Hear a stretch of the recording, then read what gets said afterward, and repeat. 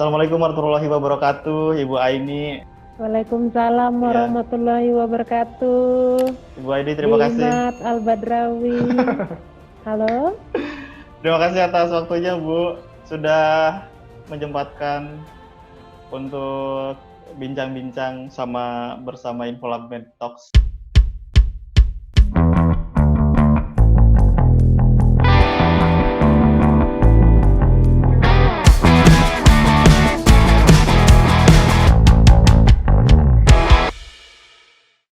Jadi di sini sekedar sharing-sharing aja, Bu. Analis tuh sebenarnya bisa melakukan pekerjaannya gitu, Bu. Secara pekerjaannya nggak mesti di laboratorium aja kan. Salah satunya kan contohnya Ibu nih. Ibu sebagai ya kan di organisasi juga aktif, terus ngajar jadi dosen juga gitu. Itu gimana gitu, Bu? Maksudnya ada kok opsi selain bekerja di laboratorium. Itu bisa jadi dosen tuh gimana ceritanya maksudnya gitu. Baik, Dimat. Assalamualaikum warahmatullahi wabarakatuh semua.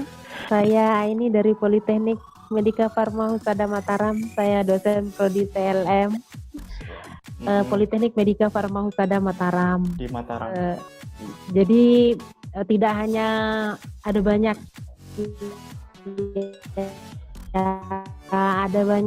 prodi TLM di Indonesia. Jadi kalau memang pilihannya ya kita bisa bertemu gitu. Kembali ke pertanyaan yang tadi. Jadi untuk adik-adik yang baru selesai D3, jadi kalau kita sekolah kesehatan itu kita punya dua peluang. Selain untuk bekerja pada profesi yang telah kita tekuni, kita juga punya potensi untuk punya peluang untuk bekerja di dunia lain gitu. Misalnya kalau apalagi kita sudah D3 ini ya, habis D3 kita melanjutkan ke D4 atau S1 kemudian lanjut S2, itu sangat mungkin untuk menjadi dosen. Selain kita juga tetap bisa bekerja di klinik, puskesmas, klinik swasta, atau industri mungkin juga. Jadi sangat banyak peluang ke arah itu gitu. Yang teman-teman anak-anak TLM kan barangkali ada teman-teman yang pengen jadi dosen juga, itu setelah lulus D3 baiknya ngambil apa gitu.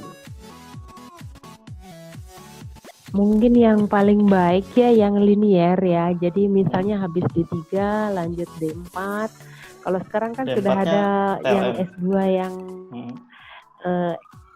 ya bisa D4 TLM, kemudian lanjutkan S2 kan sudah ada ya yang linier dengan TLM. Sekarang sudah tidak usah saya sebut ya mungkin. Jadi mungkin bisa yang sudah ada gitu. Kayak di beberapa tempat saya lihat di Jawa Tengah itu kan sudah ada yang linier seperti. Kalau misalkan kalau Ibu sendiri ngajar apa, Bu? Saya sendiri ngajar dalam pengantar lab, jadi yang untuk di semester dasar itu pengantar lab medik. Pengantar laboratorium medik.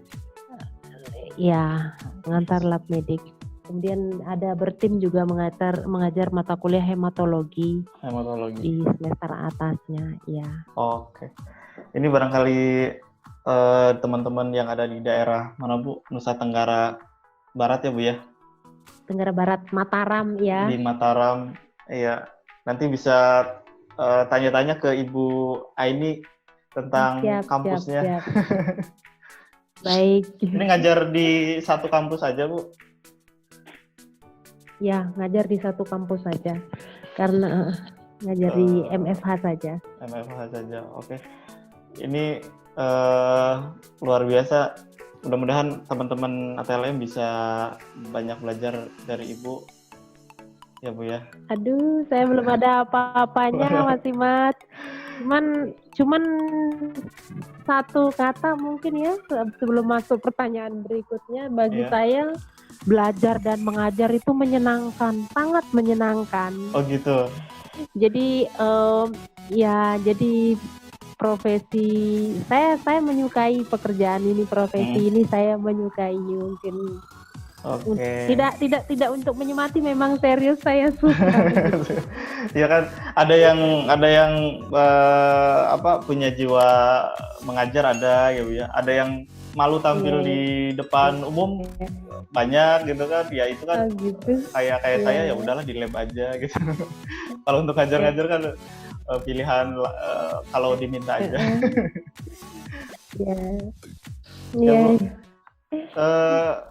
Ada apa setelah lulus D3 kan sekarang banyak pendidikan yang linear. Kalau di MFH sendiri hanya D3 aja Bu?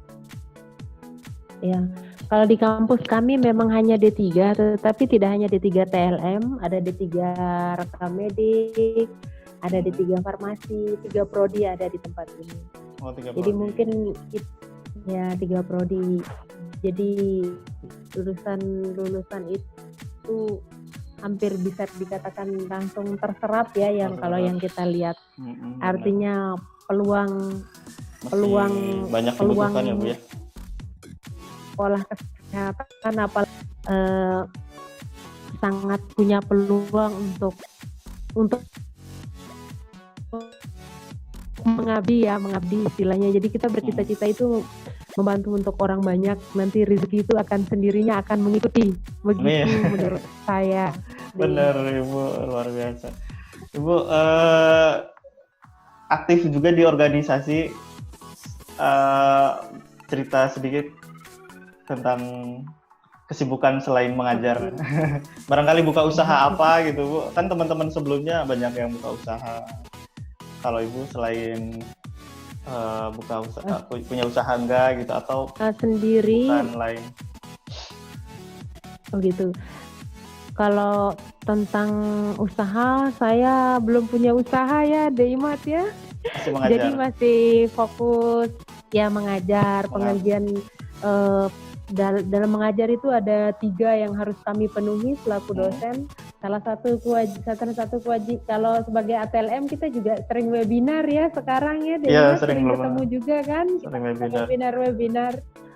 Jadi kalau sebagai dosen itu kita punya 3 kewajiban yang harus dipenuhi: pengajaran, penelitian, dan pengabdian. Kalau untuk pengajaran itu sendiri, kami ada kewajiban berapa SKS dalam 1 semester untuk dipenuhi. Kemudian penelitian selain membantu mahasiswa untuk menulis karya tulis ilmiah, kami sendiri selaku dosen itu punya kewajiban juga untuk melakukan penelitian dalam 1 semester yang nanti akan dipublis baik dalam jurnal nasional maupun internasional. Kalau yang nasional kan ada berbagai jurnal ya, yang ada yang dalam Cinta 1, 2, 3 dan selanjutnya. Kemudian yang ketiga adalah pengabdian kepada masyarakat. Itu bagian dari Tridharma, pengajaran, penelitian, dan pengabdian. Jadi kami dosen apalagi yang sudah sertifikasi ya punya kewajiban untuk memenuhi ketiga unsur tersebut dalam 1 semester. Kewajiban untuk melapor, baik tidak hanya kepada institusi perguruan tinggi tapi juga kepada pemerintah yang dipublis mungkin di sekarang ada Sinta, ada Sinta 1, Sinta 2, Sinta kewajiban ya Bu ya. 3 dengan grade ban. Saya sendiri ikut bergabung dalam organisasi Patelki ya, karena kita ATLM kan tergabung di Patelki ya. Jadi saya di DPW Patelki Provinsi NTB bidang pendidikan dan pembangunan sumber daya manusia. Assalamualaikum Pak Irozi, HMDAK. Jadi usaha lain, saya sendiri tidak ada usaha lain. Begitu Mas Dimas. Sebenarnya sama aja ya Bu ya. Kita kan di lapangan juga yang bekerja itu harus ngumpulin 25 SKP gitu ya Bu ya. SKP, betul. Ngumpulin SKP untuk 25 SKP-nya itu kan ngajar Bu. dari Yes. dosen? Kalau SKP itu kita penuhi dari pelatihan-pelatihan. Kalau untuk profesi dosen sendiri tidak mengharuskan bahwa itu dari SKP Patelki, jadi dari kegiatan-kegiatan lain juga boleh. Jadi webinar atau seminar dulunya pembelajaran atau seminar penulisan publikasi atau binaan dari PT apa untuk perguruan tinggi itu tetap kita ikuti. Jadi berkaitannya dengan learning mungkin yang jadi kami sebagai dosen juga mengupdate diri bagaimana cara menjangkau ring ini. Dulunya kami hanya awalnya menggunakan Zoom saja, sekarang mungkin ada LMS lain yang kita gunakan seperti itu ya, mungkin selain Google Form dan lain sebagainya untuk evaluasi seperti itu. Tidak hanya menggunakan grup WA, jadi supaya kita terus belajar ya, mengikuti, jadi agar apa ya, tujuan dari mata kuliah itu dapat tersampaikan gitu kepada anak didik. Saya rasa seluruh pendidik ya, seluruh pendidik selama pandemi ini kami itu semua belajar daring, jadi sistemnya online ya. Seperti yang saya sampaikan tadi, memang awalnya kadang menggunakan Zoom, WA Group, Google Classroom, atau Google Form untuk evaluasi ya, atau LMS lain mungkin yang disediakan oleh perguruan tinggi itu sendiri ada. Jadi intinya tujuannya adalah semua pendidik mungkin ya ingin agar tujuan akhir dari pembelajaran itu dapat tercapai oleh mahasiswa. Itu tantangan semua pendidik saya rasa di era pandemi ini. Iya. Ternyata nggak hanya kita di lapangan kerja yang harus kerjanya sesuai dengan SOP dan lain-lain gitu ya Bu ya. Ternyata jadi dosen juga ada tantangannya. Semua pekerjaan kayak gitu kayaknya ya Bu ya, sama aja sebenarnya. Semua pekerjaan seperti itu ya, jadi mungkin tinggal kita jangan banyak mengeluh ya. Tinggal nyamannya di mana. Nyamannya jadi laboran ya di laboratorium ya Bu ya. Nyamannya sebagai pendidik ya jadi dosen. Di lab itu juga sangat menyenangkan. Ngobrol sama mikroskop ya Bu. Ngobrol sama mikroskop. Iya. Di sini juga di MFH juga saya kebetulan kepala lab di jadi ini banyak penelitian adik-adik mahasiswa baik yang internal maupun yang eksternal, artinya dari luar ya. Siap. Jadi misalnya dari Universitas Islam Negeri UIN itu ada yang penelitian ke kampus kami misalnya. Oh gitu. Atau dari lain. Jadi misalnya ujinya sih uji sensitivitas, daya hama atau TRM. Terutama dua prodi ini, farmasi dengan TLM ini banyak sekali melakukan riset, terutama baik yang dalam praktikum keseharian maupun dalam melakukan tugas akhir. Penelitian itu baik yang in vitro, in vivo, menggunakan hewan coba dan lain sebagainya.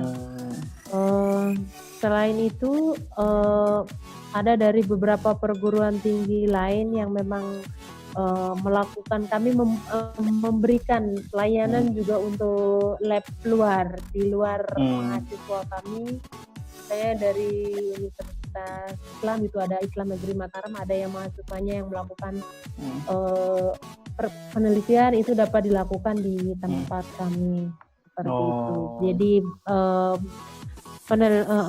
layanan yang dapat diberikan itu misalnya kalau untuk di lab biologi itu bisa dari evaporasi sampai akhirnya uji sensitivitas dan lain sebagainya seperti itu. Ya. Berarti izinnya harus lewat Ibu ya? Izin untuk penggunaan laboratoriumnya. Wah. Seperti itu benar. Di bawah saya juga ada laboran ya teman-teman yang di lab yang langsung menemukan yang praktik baik menggunakan hewan mencoba atau langsung. Kalau yang dari farmasi kan banyak sekali bermain dengan ini ya, mungkin hewan coba untuk banyak yang seperti itu mencit ya. Luar biasa nih. Oke, nanti buat teman-teman Infolabmed, ternyata Ibu Aini selain aktif dosen, kepala laboratorium di MFH-nya, juga ternyata merangkum video-video pemeriksaan laboratorium dan diupload di YouTube-nya Aini MFH. Jangan lupa di subscribe gitu ya Bu ya. MFH, betul. Aini MFH. Ya betul. Terima kasih. Jangan lupa Terima ya. kasih. Nanti, jangan lupa teman-teman Infolabmed di subscribe. Terima kasih. Ibu udah cukup panjang. Mudah-mudahan nanti mencukupilah durasinya. Ada pesan untuk teman-teman Infolabmed, Bu? Sangat bangga ya, terutama kepada Deimat Albadrawi sendiri. Penuh ide, karena ini saya lihat terobosan baru ya. Saya lihat sebelumnya kan tidak. Jadi untuk teman-teman Infolabmed, adanya Infolabmed ini sendiri sangat luar biasa ya. Saya sebenarnya agak kecewa karena mengapa WA grupnya itu hanya bisa 250 orang. Jadi terbatas. Harusnya ada lebih banyak yang dapat terangkul. Iya. Yang dapat dirangkul, jadi informasi itu dapat disebar. Jadi saya rasa itu akan sangat mudah kalau melihat mahasiswa ya, akan lebih mudah untuk belajar dengan bergabung dalam komunitas itu, karena siapapun dapat bertanya dan dapat saling menjawab, berbagi, bertemu dengan para pakar. Luar biasa. Deimat sangat luar biasa. Terima kasih Bu. Aduh, ini ide-ide ini juga kan nggak hanya sendiri sih Bu, ada teman-teman juga yang bantu gitu untuk Infolabmed-nya gitu Bu. Ibu terima kasih. Baik. Ibu Aini terima kasih atas waktunya ya Bu ya. Terima kasih Deim. Mudah-mudahan pengalamannya. Terima kasih Deimat. Bisa teman-teman Infolabmed ambil diserap ilmunya gitu Bu. Ya. Mudah-mudahan juga bisa mengikuti jejaknya Ibu Aini. Oke teman-teman. Deimat, saya sebenarnya gimana, bukan Bu? siapa-siapa ya, banyak yang lebih hebat ya. Tapi saya terima kasih diberi kesempatan untuk berbagi. Terima kasih Bu. Walaupun saya hanya kecil. Aduh. Terima kasih. Ini rencananya teman-teman ATLM juga mau sharing kayak gini sih Bu, semuanya sih. Kalau saya kan siap. nggak hanya apa yang di bawah gitu ya. Yang di atas yang udah jadi pengusaha juga pengennya sih ngobrol bareng di sini. Kan banyak tuh teman gitu, ATLM yang jadi bos vendor apa gitu kan ada. Reagen. Gitu. Benar. Itu kita mau mengupas sisi lain ATLM itu yang seperti itunya gitu. Bukan masalah teknis ke ATLM-an, itu mah udah pakemnya pendidikan gitu. Betul. Dan kita nyari wawasan di luar itu biar bisa survive.